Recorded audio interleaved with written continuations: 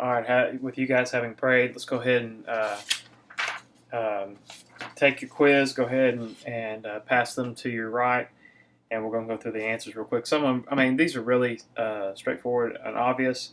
Uh, if you paid attention last week, you know the answer to this one. What did Naomi attempt to change her name to? And it was Mara, which means bitter. Uh, I'll take either one. Preferably, I'd like to have Mara, simply because that's what you would have looked up. What was the name of the man who took up the part of the kinsman redeemer for Ruth? That was Boaz. And again, that's a picture of Christ and his fulfillment of our kinsman redeemer. And he redeemed us from the law. All right, so your 2 bonus points. What was Eli's grandson's name? And if you recall, that was Ichabod. And what did it mean? The glory is departed. All right, so let's go ahead. We're going to dive right on into to this week's lesson. We're going to look at the life of David and Solomon. Coincidentally, David and King Saul kind of overlap each other, and you're going to see, and that's what we have at the very beginning, is the decline of Saul and the rise of David. Saul impatiently intruded upon the priestly role and sacrificed, as we looked at last week. He also was disobedient in the destruction of the Amalekites, and so God had taken and was going to take the kingdom from him. But what's interesting about this is the way in which Saul conducted himself. He blamed everyone but himself, as one part of this too. If you recall, whenever he started making excuses, he said, "The people, they forced me to do this," and he had excuse after excuse, but none of them laid any credit or hold to himself. And he failed again, like I said, to obey the commandment to kill the king of the Amalekites and the livestock as well. And therefore God had rejected Saul as being king. So God has Samuel anoint a young, ruddy young man by the name of David. Now, from the time of David's private anointing, we see that the Spirit of the Lord that had anointed Saul is now upon David, but now there's been a spirit that's been sent to vex King Saul. And isn't it something that in the midst of that, it was obvious that the Spirit of the Lord was upon David, and they fetched him to play for Saul, and his spirit or his soul was eased based upon the music that he had played. So we see David's rise to prominence. It wasn't just that he was invited into the court of the king to play for the king whenever that spirit tormented him, but David became well known in Israel after his amazing victory over the Philistines' giant Goliath. This moved Saul to jealousy and suspicion over David when he had heard the praise. Do you remember at the end, after he had killed Goliath, that the women came out and sang, Saul has killed his thousands, and David his tens of thousands. And this only brought about a serious jealousy. But let's look at that time let's look at that time where David defeats Goliath. And so we remember David's brothers were all sent to the battlefield, and there Jesse sends David to go and bring food for his brothers, but also to give some provision to their captains as well. And as he's there, if you recall, David's there whenever the Goliath comes out, and he is appalled by what is going on. He is completely beside himself. How can this person be allowed to live? And thinking, why have the people in the army not risen up and done something about this, because he blasphemed the name of God, and he was just beside himself. And so, you remember this, people began to overhear this and began to say, and began to tell Saul, there's a young man here that says that he'll go and fight him. And for 40 days, they were waiting for someone to stand up and say they would fight him. But, Saul's not convinced that David can go out against it. And in good conscience, he can't send him out there. He's just a boy, and this man is a seasoned fighter, killed probably hundreds of people. And David's never even seen war. So he just cannot, in good conscience, send him out there. But, as David was wanting. And so what he does is, if you recall, Saul gives David his armor. And you got to remember, David is probably a teenager, maybe, 14, 15, maybe years old. And Saul, remember, he's the tallest person in Israel, head and shoulders above everyone. Him giving him his armor is just like, he didn't put on his armor, he got in it and walked around in it. It was not going to fit him. It did not suit him. And he quickly pushed it away, says, I haven't proven these things. And he says, I'll go out on my own with these things, and the Lord will give me the victory. And I want to just take a moment and point to you one of my favorite passages of Scripture. 1 Samuel 17 describes the conversation that Goliath and then David had. They both give their speeches beforehand. And the Philistine, and so when the Philistine looked about, verse 42, and saw David, he disdained him, for he was but a youth and ruddy and a fair countenance. That word disdain, it means he curled his lip. He had that kind of disdain. And the Philistine said to David, Am I a dog, that thou comest to me with staves? And the Philistine cursed David by his gods. And the Philistine said to David, Come to me, and I'll give your flesh to the fowls of the air and to the beasts of the field. Oh, but then listen to this epic speech that David puts out here. Then said David to the Philistine, You come against me with a sword and a spear and with a shield, but I come to thee in the name of the Lord of hosts, the God of the armies of Israel, whom thou hast defied. This day will the Lord deliver you into my hand, and I will smite you and take your head from you, and I will give you the carcasses of the host of Philistines this day unto the fowls of the air and to the beasts of the field, that all the earth may know there is a God in Israel. And all this assembly shall know that the Lord saves not with sword and spear, for the battle is the Lord's, and he will give you into our hands. And you would say, wow, that was an awesome speech, but you got to keep in mind, David just made angry the biggest bully on the battlefield. But that was of no consequence to him, or no concern, because he knew who this battle belonged to. And of course, David goes down, he gets those 3 smooth stones. People have often wondered what that is. There are several, some say it was because of his 2 brethren that were there, one for Goliath and one for, but others say because Goliath also had 2 other brothers, that was for them as well.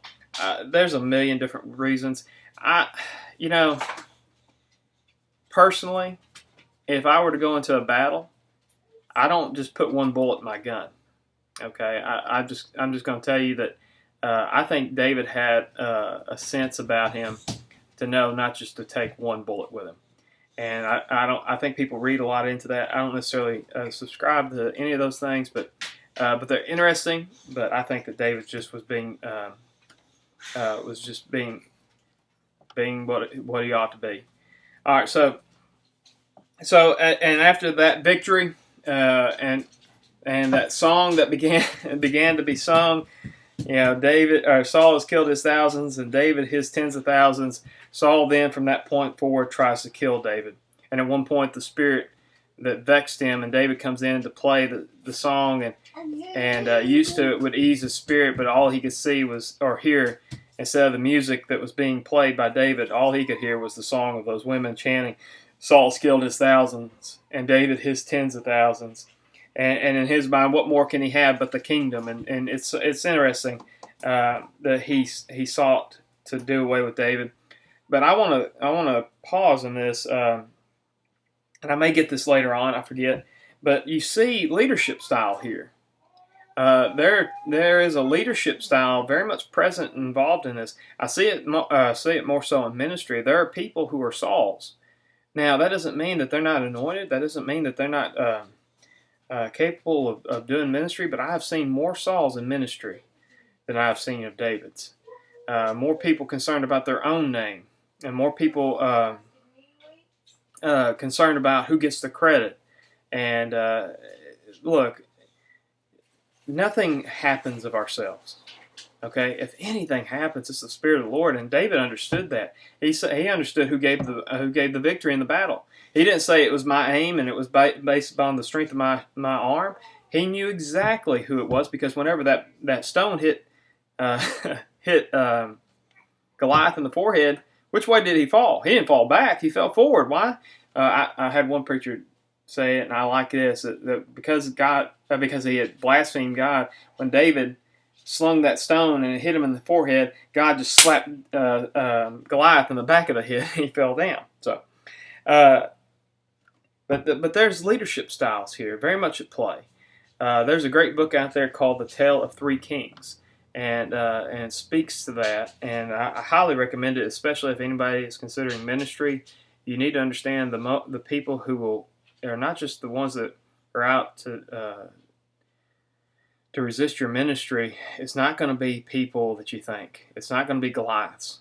Sometimes they're going to be Sauls. Sometimes they're going to be in your own household and be Absaloms.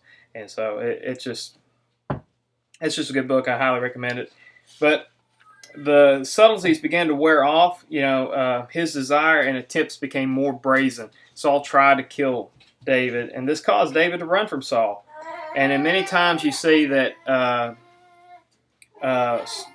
Saul pursuing after David, and there's a point where David, the tables turn, and David has the advantage. There was a time when Saul had to go and use the restroom, and him and his men were hiding in that cave, if you recall, and that's where Saul goes in and he goes to relieve himself. I mean, talk about a vulnerable position. Your enemy is quite literally caught with his pants on the ground. I mean, he is vulnerable. And the men are even not helping at all. They're coaxing him, saying, "Look, this is the day the Lord has made. Didn't he not say to you that he would give all your enemies into his hand? And here is your enemy, right here, vulnerable. Just take what is yours." Imagine this. Saul walked in the cave, but then David walks out of the cave as king. And so you kind of see this temptation here. And don't be deceived in this. Jesus was tempted in the same way. Remember Satan? All these kingdoms will I give unto you. Now, the Father had already promised Jesus the kingdoms. The kingdoms of all the earth. But here, Satan is offering a shortcut. And do you see that this is very much in keeping with that same temptation? He said, and so David, because he could have cited self-defense, and he could have easily have taken Saul's life, but instead he takes, if you recall, he takes that corner of his garment, which is called the kanaf, that corner of that garment, and that kanaf also had those that zitzi, and it was the string that had four knots, 5 knots with 4 spaces, and the 5 knots were to help you recall the 5 books of the law, the 4 spaces for the 4 letters of God's name, Yahweh. And whenever David does it, there's a very profound thing in what he does. And I don't know if David intended it, but I'm going to put this out here, is that whenever he goes and he presents himself to Saul outside the cave, he said, "I could have had you, Saul, but look, and cutting off that edge of the garment, that was meant to be a reminder of the God of Israel and the covenant that he had made." And so David is making a very profound statement in this. It's not that I could have just had you and killed you, but Saul, you've forgotten God. You have forgotten the Lord your God. And again, Saul's heart is smote in this, He calls David his son, and he's prophesied in that moment that surely God has chosen you to be king. We also see this time in the camp where everyone falls asleep, and David takes the spear, and he pierces a cruse of water that was right beside the king, and again says, "I could have had you," and Saul leaves off from chasing him. But there's a really profound statement that David makes while Saul is out trying to kill him. He says this: "Better he kill me than I learn," or better he. I'm sorry, in the book Tale of Three Kings, it's better he kill me than I learn his ways. David finds refuge. Eventually, he has to go over into enemy territory, and he finds refuge, ironically, with the Philistines. His campaigns become more like a special ops. No one could find out who he really attacked. In order to maintain his cover, he had to kill everyone in the town to make sure that no one knew about it. And so he covered his tracks really well, and he waged war for the children of Israel under the pretense that he was actually fighting for the Philistines. I mean, you talk about a spy, but not just a spy, but one that could cover his tracks that well, like a double knot spy. He was that. And God delivers David from fighting on the side of the Philistines, because it came down to it that the Philistine army was coming against Saul to make an end of Saul. And David is spared. God delivers David from that moment where he would have to be pitted against his former king, and he spares him of that trial. Saul reaches the final step of his decline. As you recall, the night before, and he's trying to seek the counsel of God and cannot find it, so he resorts to consulting with a witch from Endor. And as you recall, he goes and she calls up the spirit of Samuel, and Samuel prophesies and says, "You will be with me tomorrow." Where was Samuel at that point in time? It's a good point of reference, is that he was in Abraham's bosom, in the heart of the earth at the time. And so whenever Samuel says, "You will be with me," I believe that's a good place to point to that. I think Saul was saved. I don't think Saul was lost. I think he was saved, and so we'll get to see Saul one day. Saul was very much. He did what he did was wrong, and Samuel pronounces that judgment against him, and so the following day we see Saul is killed in battle. He falls on his own sword, and then Jonathan is also killed as well. And then word reached David, and you would think that, okay, when word reaches David, there would be a cause for celebration, but no, there's no such celebration. In fact, he composes a lamentation, and you may have heard this phrase before, "Oh, how the mighty have fallen." That is in reference to his song about King Saul and Jonathan, his dear friend. The person who brought David the crown was killed because he was thinking he was going to bring good news, saying that he killed Saul. Saul was wounded, and Saul was wounded, and he said that Saul had requested of him that he might kill him, so that the Philistines wouldn't capture him alive. The ironic thing about this is this man was an Amalekite. Remember, he was supposed to kill all the Amalekites. But then we see after an appointed amount of time of mourning, David is then anointed king in Hebron over the tribe, only one tribe of Judah. The rest of Israel followed after the heir apparent, which was Ishbosheth. And this, of course, caused the civil war to occur in Israel. And Abner fought on the side of the house of Saul, and Joab was the commander on the side of Judah. Now, Saul's house began to wane in strength. And just like with King Saul, his influence began to wane, and David's began to rise. So too, like the armies, is that Saul's house again still continues to wane, and David is still rising to prominence. Abner, the commander of Ishbosheth's army, conspires to unite the kingdom under David, but Joab caught him in the way, as you recall, and he slays Abner in Hebron, which is interesting because Hebron was a city of refuge. Remember, and what we also know is Abner had killed one of Joab's family members in a recent battle, and this was in his mind vengeance. Remember, though, you could not take vengeance in a city of refuge, and that's what Hebron was. This would later come to the reason why Joab would be executed after the life of David. He would instruct Solomon, his son, to kill Joab for this great crime. So David condemned the act and would later, like I said, have his son Solomon kill him for the murder of Abner. David is anointed king over all of Israel at this point in Hebron, after again a time of mourning too, because it wasn't long after Abner was killed, Ishbosheth was also killed. And again, those people thinking that they were bringing good news, David had killed there as well. And again, the kingdom was completely secured in David's hand, which brings about the Davidic covenant. Now, the Davidic covenant was one that God made with the house of David. David's name would be great, was one part of the Davidic covenant, and he would have rest. David would have a house. He would always have someone in his lineage be king.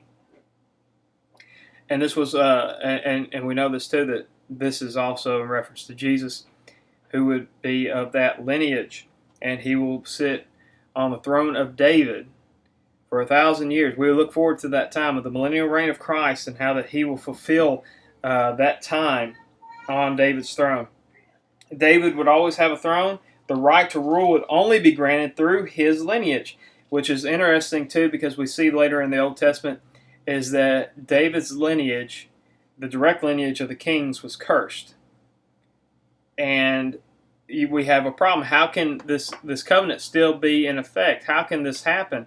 And this is how it happens: is that Joseph was of that lineage, that direct lineage of the kings, and but he was not Jesus' father, but he had the right to rule, and because Jesus was his adopted son, this allowed him to still overcome the curse, while at the same time being the rightful king of Israel. And Mary's lineage is also that of David, and we see that played out in the Gospels. David would have a throne, and it would last forever. Jesus was, again, and fulfilling that would be from both ways. David would have a kingdom, and this would include the land to rule over. And we'll see that the millennial kingdom, that Jesus will, in fact, rule all the land that was intended for Israel. And if you look at that, it's really interesting. It goes all the way to the Euphrates River. It goes as far north as halfway up through Syria. It goes to the river of Egypt and through all the way down to the ocean. I mean, it's a pretty vast amount of space. What's interesting too, if you look at that map and that layout, and I believe it's in the Abrahamic covenant. I'll have to go back and look, but the landmass also, ironically, includes Mecca and Medina. If you know what those two cities are, the Islamic religion has its foundation there. All right, so David's rule over all of Israel. He defeats Jerusalem and makes it his political capital. He brings the tabernacle to Jerusalem along with the Ark of the Covenant, and we see that there's this great procession. He's doing. I mean, every step is taken. He's making a sacrifice. I mean, this was a cause of great celebration, but all of that was put to a stop because they were not doing things correctly. they went to put the Ark of the Covenant on a new cart, and when they did that, that was not the way that the Ark of the Covenant was ever to be transported. It was supposed to be transported by the Levites, but because they did it improperly, this rumbling of the cart caused the ark to shake, and Uzzah puts forth his hand to stay the ark, and God strikes him down right there, and so they stop everything, and they wait a few days to make sure everything is okay, that they continue. But then after that, they do it properly. They get the Levites to take up the ark. But as again they take up the ark and they bring it into Jerusalem, and even David gets caught up in the celebration, and he dances with the people that are there. And Micah, who was again Saul's daughter, looked at David with disdain, and how that he had danced in such an indignified manner before the people. But David had been given the kingdom, and he reminds her of that, in spite of her father's house.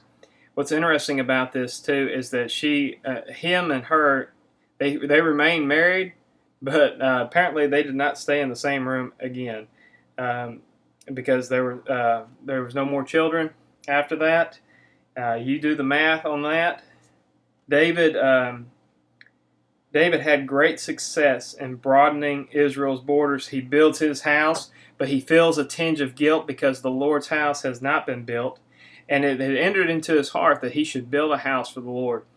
And he tells the prophet that he is going to build that house. He intends to do it. But God sends that prophet back, Nathan, that prophet back, and says, you have spilt too much blood to build that house. But David didn't get disheartened with that. What he did then was he started putting back all the gold and all the silver and all the things that were going to be necessary for his son to build this temple. He puts back all the provisions that's going to be necessary. He then purposes to build the temple. But again, but God, though he forbids it, he makes much resources aside for its construction. That's why it became one of the wonders of the world at that time, is that he had put back so much that whenever Solomon comes on scene, everything's been made ready. All it needs now is be constructed. David's latter reign and the sin that he then later commits. David commits adultery with Bathsheba, Uzziah's wife. And we recall that David's army was out in the field and he's about to take a city. And where's David? David is back at home where he shouldn't have been. He should have been with his army. But he stays behind, and he gets up upon the roof, and he sees Bathsheba bathing. And he fell to lust, and he has her brought along with discretion. He sleeps with her, finds out she's pregnant. And David sends for Uzzah to come back from the battle, and he inquires about it, and he says, "Now go home, and spend time with your wife." He was trying to conceal the matter that he had slept with his wife, and but Uzziah was such an honorable man; he slept at the king's gate. And the next night, David tries to get him drunk and send him home. But he wouldn't go home to his wife. And so David, seeing that if things continue as they were, that it would be discovered that that he had a child with this woman. So he sends Uzziah back to the battlefront with instructions to Joab, the commander, to put him in the hottest part of the battle, and then from that time of battle withdraw so that Uzziah might die. Part of the reason I think that David didn't deal with the problem of Joab in his lifetime is because he had lost credibility. Because now he had a man killed by the hand of Joab to conceal his sin with Bathsheba. So Uzziah dies. They take the city. David takes Bathsheba as his wife, and they're about to have a child. But Nathan the prophet comes to him and says, "You're not, and and points out his sin." Uh, David was put. I mean, Nathan the prophet put to David that parable, if you recall. There was once a man that came from a distant country, or there was a man that had a ewe lamb, and he treated it like his own family. He ate at his table. He let it into his house. He played with his kids, and then there was another man that had many sheep. And then this man came from a faraway country to the man that had many sheep, and instead of taking the sheep from his own flocks, he takes that one man's sheep that was like a pet to him, and has it and serves the stranger with his sheep. And David is outraged. He says, "This man, shall surely die. He's going to restore sevenfold. He's going to do, and he will surely be put to death for this." And Nathan the prophet points the finger and says, "David, you're the man." And in that moment, he knew that he had sinned. His heart had been tender about it, and now the prophet had, with the word of God, had broke through his hardened heart, and there he could receive healing. And there Nathan says, "You will not die, but the sword will not depart from your house." And so David also, there's other places that David did sin as well. That his sin would have consequences, that the sword would not depart from his house, but also Bathsheba's child would die. David also sinned in trying to number Israel. There was a plague. He was given 3 options, and he basically chose the plague. And David then purchased, this is where David then purchases the ground upon which the temple would eventually be built.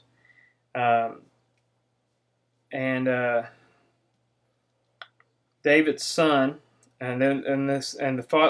he also has other problems as well within his family.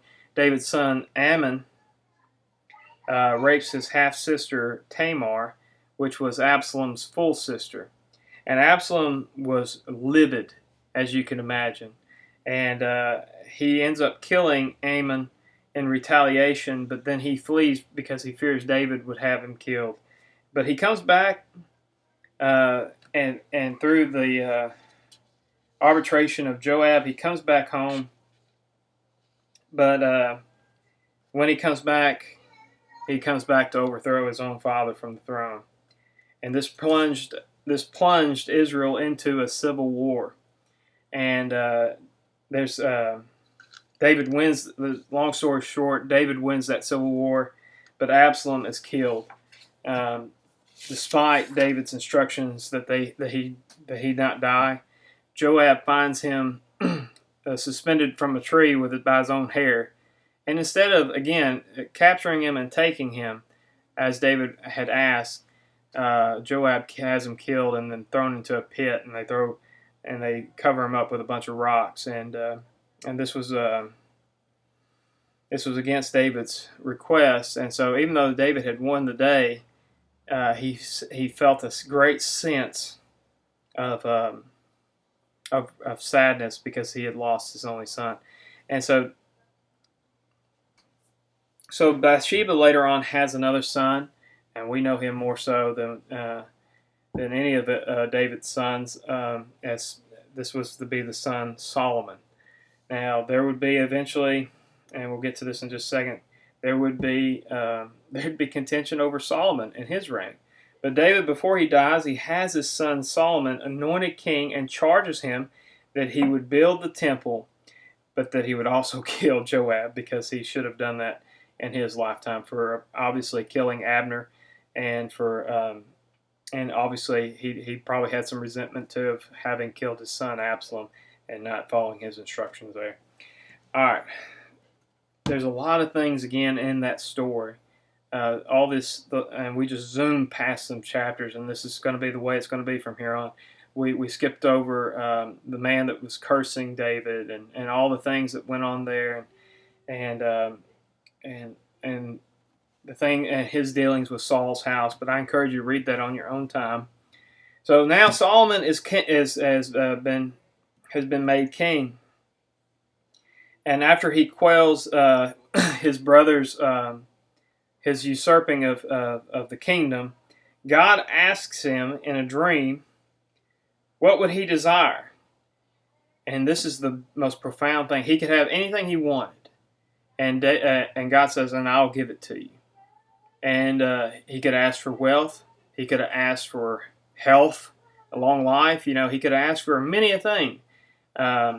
But he asked for something very profound. He asked for an understanding heart to rule the people with wisdom. And God grants him this wisdom.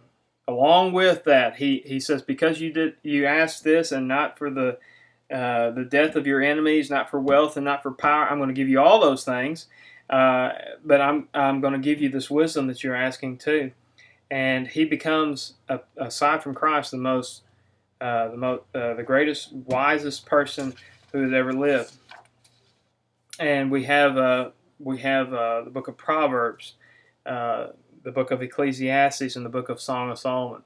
It's been suggested that Solomon writes these books in the order of his life stages. So him, and with his young love with the Shulamite woman from the book of Song of Solomon, or Song of Songs, which is basically a honeymoon song.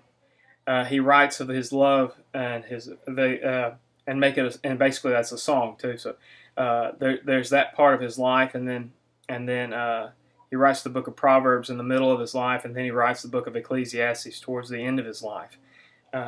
Which, if you read them in that order, you kind of see the progression of Solomon and how his wisdom was granted, but also how God, how that his sin also altered his course and the way that he thought there towards the end of his life. He grants him wisdom along with the wealth and the power. This was obviously, this wisdom was put to the test in the very first trial, right? There was these two women who were harlots who both had a child about was the same age, and one of them died, and the other one versus the one that was alive, the child that had died versus the one that was alive, and both of them claimed that child was theirs. The living child was theirs, but the dead one was the other. And so, if you recall, Solomon says, "All right, bring a sword here. I'm going to cut the baby in two, and one half will be yours, and one half will be yours." And the woman who was envious of the one that was still alive said, "Yes, let that's exactly what I want." But the one that was the mother says, "No. Give her the child, because isn't it true that a mother's love would rather see a child live than to see it be separated from her?" Or even if it meant being separated from her, still the preference is that child would live. And that's how Solomon isolated who was the mother. And great awe and great amounts of respect was now then rendered to Solomon as being wise. And obviously this wisdom being that of divine in its nature, they had great regard for Solomon. So much so, his fame spread so far out that the Queen of Sheba comes to inquire of his wisdom. And we see that, and that's a great story too, but then he makes also many mistakes, and his mistakes fall in the line of women. Now, I'm going to put this question to you. What did the strongest man who ever lived, the wisest man who ever lived, and dare say David, his integrity, the man with the most integrity ever to live, what did they all have in common? All three of them fell to women. And I think that's a good lesson for us to learn. The downfall of the strongest man, the wisest man, and the man with the most integrity that's ever lived, all three of them had their downfall in women. And so I don't care who you are. So, well, I'm strong enough to resist. Well, you're not stronger than Samson. Or I'm smart enough to know better. You're not smarter than Solomon. And, I'll stand in my integrity. You didn't have more. Trust me, we don't have more integrity than David. And that's why the scripture says, if a man thinks he stands, He needs to take heed lest he fall. Where did these men fall? The place of their strength. David fell in his integrity. Samson fell in his strength. Solomon fell in his wisdom. He knew better. And so don't think for a moment, but just because that's a place of strength, an unguarded strength is a double weakness. And that's exactly what we see taking place in this case, because he makes many alliances with his marriage. He married to make alliances. He made some with Egypt. He made some with surrounding countries, and he had peace. Yes, he may have had peace in military, but he did not have peace in his home, because Solomon's heart then became turned because of his wives, and it caused Israel to sin. God then tells him that for David's sake, he would finish his reign, but he would not reign. But his lineage would not reign the full kingdom. It would be a divided kingdom when Rehoboam takes the kingdom. And that's where God raises up Jeroboam, and he is anointed as future king, but then he flees to Egypt as a political refugee. Then upon the death of Solomon, he comes back and he takes 10 parts of the kingdom to Rehoboam's 2 parts. And the 2 parts, the kingdom that Rehoboam takes is Judah and Benjamin. All right, so that's it for today as far as the lesson goes. I'm going to call to your remembrance your midterm. All right, the midterm is consisted of this. Again, you need to list in order the days of creation, what was created on each day. You need to be able to list in order the 10 plagues of Egypt. You need to be able to recite from memory Genesis 3:15 in the King James. You need to have memorized in order the 10 Commandments, along with the 39 books of the Old Testament need to be in order. It's a fairly simple, it's fairly easy midterm. I give it to you on the front end because, again, I'm not about ambushing you with knowledge. I'd rather you study it and you know it, and then you come up show up knowing it. Okay, and so I pray that you'll give yourself to studying, because next week you're going to have your midterm, and then we're just going to keep on plowing through, guys. So and I think I'll still have a quiz for you, but I'll have to get back with you on that. I may just double up on a quiz on the following week, okay? So you have a midterm next week, and then we have a lesson. So get done with this as quickly as possible so that so we can get through with things in a timely manner, okay? All right, with that, I'll see you guys, Lord willing, next week. Be praying one for another and study hard for this midterm. Godspeed.